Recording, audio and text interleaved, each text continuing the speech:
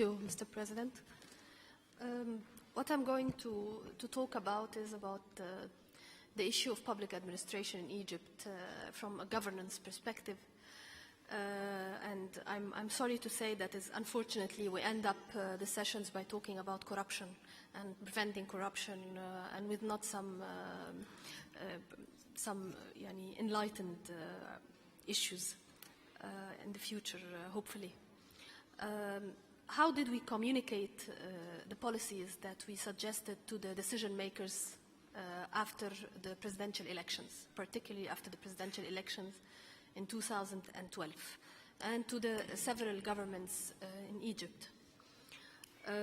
Social inclusion, as we have written, evokes the issue of political legitimacy through a sustained reflection on the dual legitimating and regulating function of modern legal political system, the conception of deliberative democracy, and the inclusion of the other, in which the burden of legitimating state power is borne by informal and legally institutionalized process of political deliberation.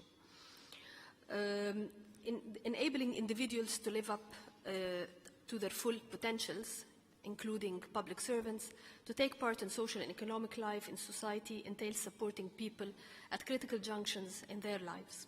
This starts with responding to people's needs, including civil servants, and aspirations, and investing in people, especially civil servants, youth, and the rest of the community.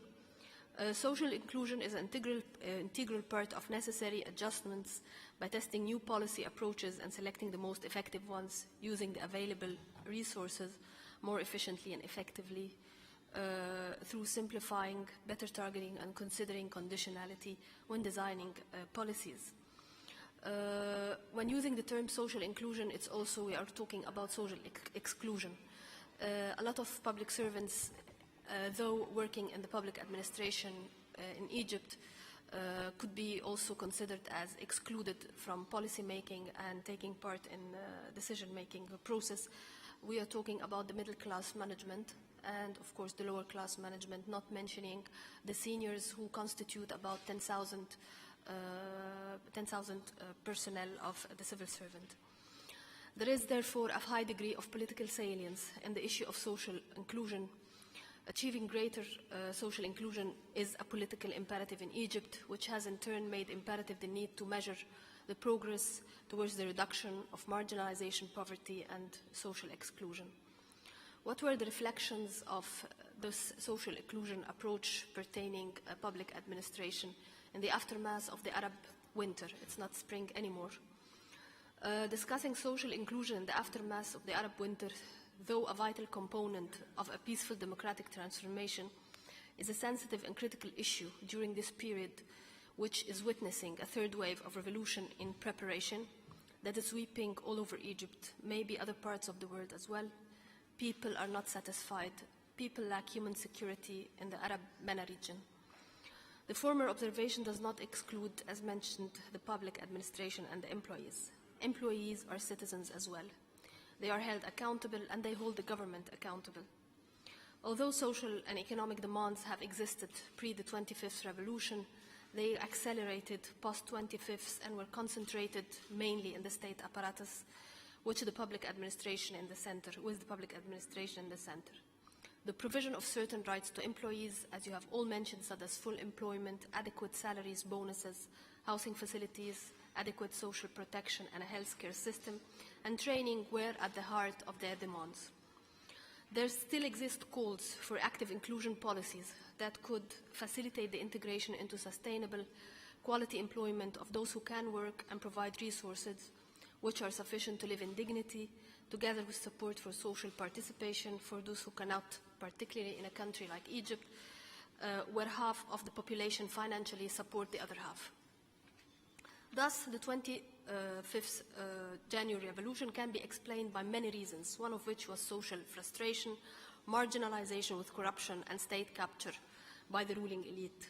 Whereas the first phase of our deliberations to enhance transparency, integrity in the public administration and combating corruption focused on assessing and understanding the context of corruption, governance, and anti-corruption measures relevant for the public administration, The current phase puts a stronger emphasis on generating knowledge and specific contextual relevance of effective preventive measures, as well as the underlying factors for effective implementation and reform of public administration.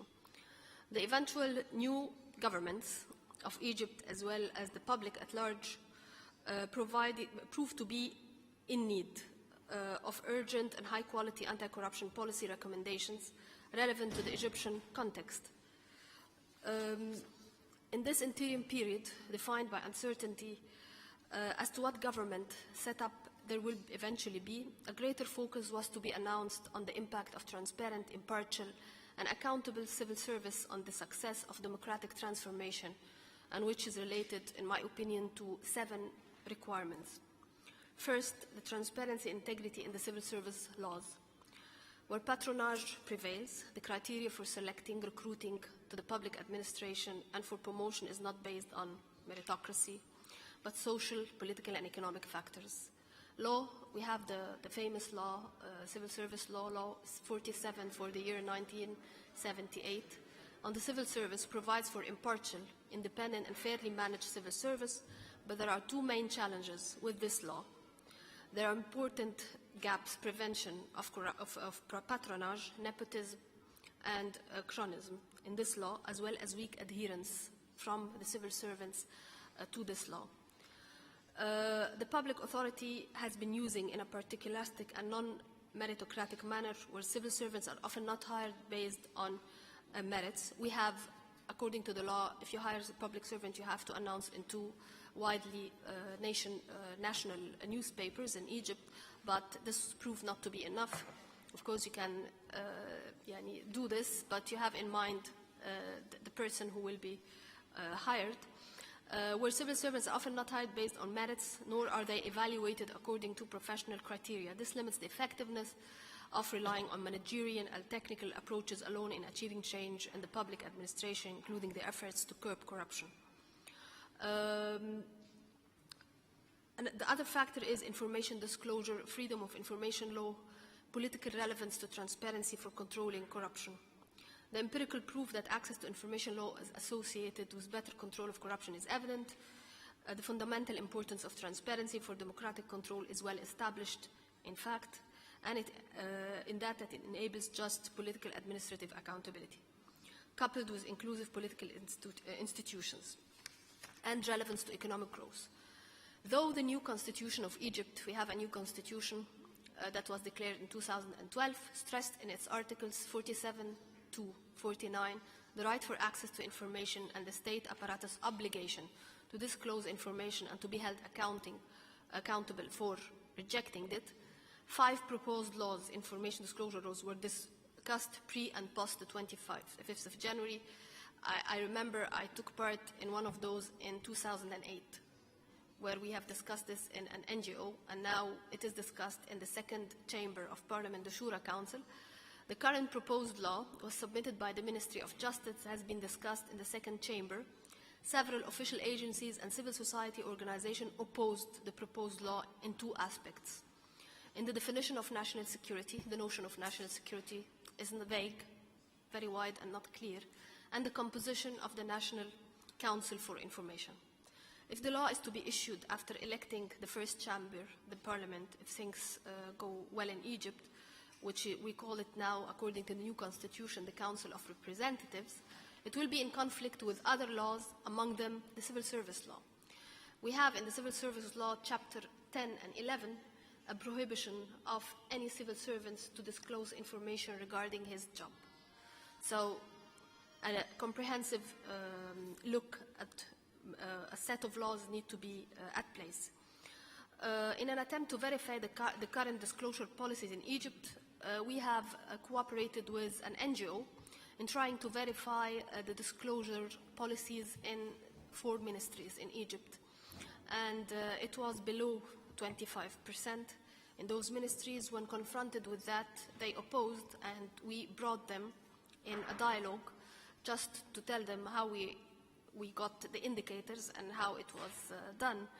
And after that, they were convinced that they should disclose information even on the portals, but again complaining that they need an umbrella, a legal umbrella, which is the law. Many international best practices were studied in that regard. We have brought the famous Toby Mandel in Egypt for several times. The last time he was there 4 months ago, and he sat with the Ministry of Justice, and when asked him what did he does, he told them, I told them what should be done. I'm not responsible for the output. So again, there is an issue of credibility and also of convincing officials about the information disclosure policies and laws.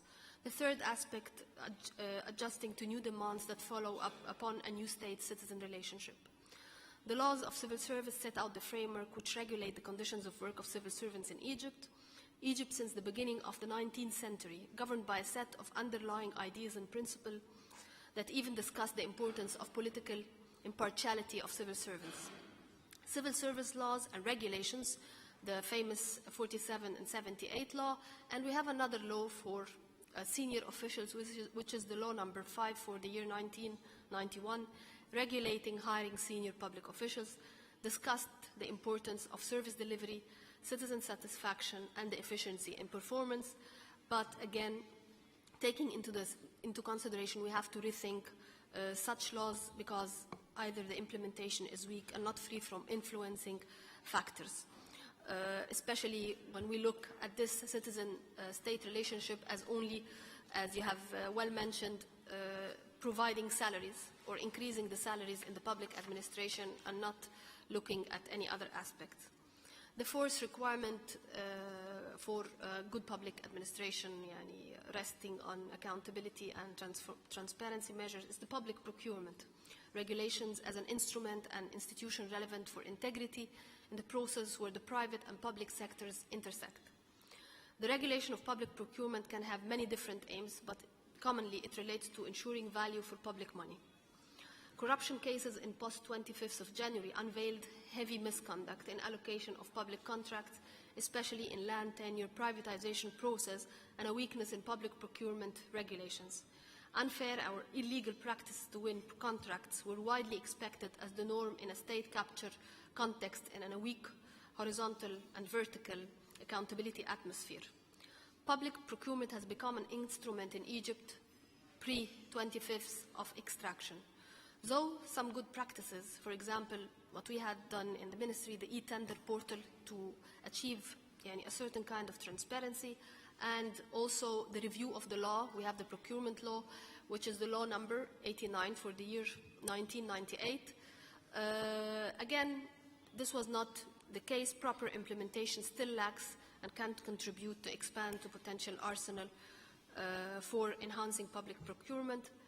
Changing the relationship between the civil service, public administration, and the public for strengthening social accountability as the fifth requirement. The challenge which faces the public administration in Egypt is how to actually bring about a change of behavior which conforms to the new citizen relationship.